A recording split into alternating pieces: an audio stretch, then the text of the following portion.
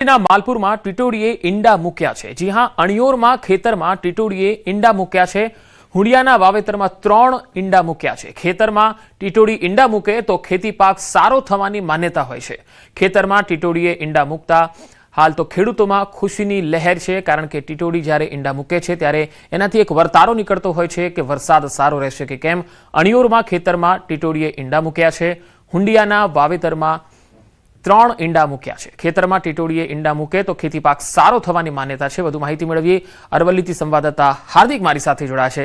હાર્દિક, ટીટોડીએ જે ઈંડા મૂક્યા છે તેનાથી વર્તારો કઈ રીતે નીકળે છે અને શું લાગે છે વરસાદ સારો પડશે, એ કેવી રીતે આકલન થાય છે તેનું? ચોક્કસથી પંકજ, જે પ્રકારે માલપુરના અણિયોરમાં ખેતરની અંદર ટીટોડીએ ઈંડા મૂક્યા છે, 3 જેટલા ઈંડા મૂકવાના કારણે જે ખેતરમાં એક માન્યતા છે કે ખેતરમાં જો મૂકવામાં આવે તો આગામી જે વર્ષ છે એ ખૂબ સારું રહેતું હોય છે, વરસાદ ખૂબ સારો રહેતો હોય છે, ખેતી માટે ખૂબ વર્ષ સારું રહેતું હોય છે। ત્યારે હિરેન મહેન્દ્રભાઈ પરમારના ખેતરમાં ઈંડા મૂકવાની સાથે જ ખેડૂતોમાં એક આશાની કિરણ જન્મી છે કે આગામી સિઝન સારી રહેશે। એટલે કે આ સંજોગોમાં એવું કહેવામાં આવે છે કે જો જે જીવંત જે ખેતર જેવો ભાગ હોય ત્યાં ઈંડા મૂકવામાં આવે ટીટોડી દ્વારા તો જે આગળનું જે સિઝન છે સારી જતી હોય છે। પરંતુ આ સંજોગોમાં જો અન્ય જગ્યાએ મૂકવામાં આવે ખેતર સિવાય તો એક શંકા રહેતી હોય છે કે આગામી સિઝન સારી નહીં રહે। પરંતુ જે પ્રકારે ખેડૂતના ખેતરમાં આ ઈંડા મૂકવામાં આવ્યા છે એટલે આશાની કિરણ જોવા મળી રહી છે। જી હાર્દિક, આભાર માહિતી આપવા માટે। તો ટીટોડી ઈંડા મૂકે છે અને એ પણ ખેતરમાં, ત્યારે સારું વાવેતર થયું હોવાની આશા જન્મે છે। આ પહેલા એવું પણ કહેવાતું હતું કે ટીટોડી જેટલા ઊંચાઈ પર ઈંડા મૂકે છે ત્યાં પણ વરસાદ સારો થવાની એક માન્યતા રહેલી છે। હાલ તો ખેતરમાં જ્યારે 3 ઈંડા જોવા મળ્યા છે ટીટોડીના, ત્યારે ખેડૂતો એવી આશા સેવી રહ્યા છે કે હવે અહીંયા પાક સારો લઈ શકાશે, વરસાદ સારો પડશે। ગુજરાત એટીએસે નશાના કાળા કારોબારનો પર્દાફાશ કર્યો છે। એટીએસે 5 કિલો એમડી ડ્રગ્સ ઝડપી પાડ્યો। ગુજરાત એટીએસે મોટી કાર્યવાહી કરી શંકાસ્પદ આરોપીઓની ધરપકડ કરાઈ છે। કાર્યવાહી બાદ ડ્રગ્સ હેરાફેરી મામલે મોટા ખુલાસા થવાની પણ શક્યતા છે। તો ગુજરાત એટીએસની મોટી કાર્યવાહી, 5 કિલો એમડી ડ્રગ્સ ઝડપી પાડવામાં આવ્યું છે। ગુજરાત એટીએસે આ મોટી કાર્યવાહી કરી છે। શંકાસ્પદ આરોપીઓની ધરપકડ કરવામાં આવી છે। હેરાફેરી મામલે મોટા ખુલાસા થાય તેવી પણ શક્યતા છે। વધુ માહિતી મેળવી સંવાદદાતા નવીન ઝા મારી સાથે જોડાશે। નવીન, આજે ડ્રગ્સની હેરાફેરી મામલે જે શંકાસ્પદ આરોપીઓની ધરપકડ કરાઈ છે તેમાં કોણ કોણ સંડોવાયેલું છે, શું લાગી રહ્યું છે? પંકજ, જે રીતે 5 કિલો ડ્રગના મામલે આરોપીની ધરપકડ કરવામાં આવી છે તેમાં ક્યાંક ને ક્યાંક જે છે બીજા રાજ્યોની સંડોવણી, એટલે કે બાડમેર જે ક્રોસ બોર્ડર છે ત્યાંથી આ આખું રેકેટ ચાલતું હોય એ પ્રકારની માહિતી સામે આવી રહી છે। આરોપીઓ જે બીજા રાજ્યના હોવાની પણ વાત સામે આવી રહી છે। જો કે એમડી ડ્રગ જે છે વારંવાર પકડવામાં આવતું હોય છે તેનું કનેક્શન ક્યાંક ને ક્યાંક મહારાષ્ટ્ર છે, રાજસ્થાન છે ત્યાંથી નીકળતું હોય છે। ગુજરાત એટીએસે છેલ્લા ઘણા સમયથી બીજા રાજ્યોમાં પણ જઈને અને જે ફેક્ટરીઓ છે તે પકડી પાડ્યું છે। ત્યારે આ કેસમાં જે રાજસ્થાન સિવાય બીજા ક્યાં ક્યાં કનેક્શન છે તેનો પણ ખુલાસો થઈ શકે તેમ લાગી રહ્યું છે। જી નવીન, આભાર માહિતી આપવા માટે। બનાસકાંઠામાં બાળકનું અપહરણ કરનારો પકડાયો છે। પોલીસે ગણતરીના જ કલાકોમાં આરોપીને પકડ્યો છે। પાલનપુરના ધનપુરા પાટિયા નજીકથી બાળકનું અપહરણ થયું હતું। શ્રમિક પરિવારના આ બાળકને ચોકલેટની લાલચ આપીને અપહરણ કરવામાં આવ્યું। અજાણ્યો શખ્સ બાળકને ગાડીમાં બેસાડીને ફરાર થયો હતો। એલસીબી અને એસઓજી પોલીસે ટેકનિકલ સર્વિસને આધારે આરોપીને ઝડપી લીધો હતો। દાંતાના નારગઢ નજીકથી આરોપી ગાડી ચાલકને ઝડપી લેવામાં આવ્યો હતો। વધુ માહિતી મેળવીએ સંવાદદાતા કિશોર તુવર બનાસકાંઠાથી જોડાયા છે। કિશોર, આ જે આરોપી છે ગાડી ચાલક, તે કોણ હતો અને તેનો ઈરાદો શું હતો?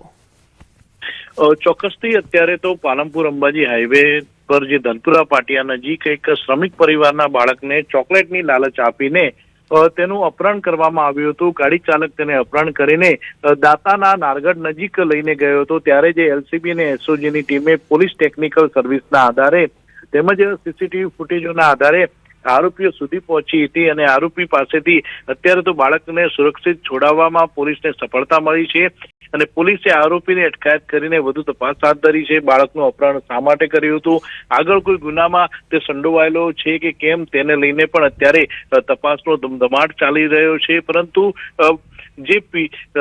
જે બાળકના પિતા છે તેની પણ પૂછપરછ પોલીસ દ્વારા કરવામાં આવી રહી છે કે બાળકના અપહરણ પાછળ અન્ય કારણ કોઈ છે કે નહીં, તેને લઈને પણ પોલીસે તપાસ હાથ ધરી છે।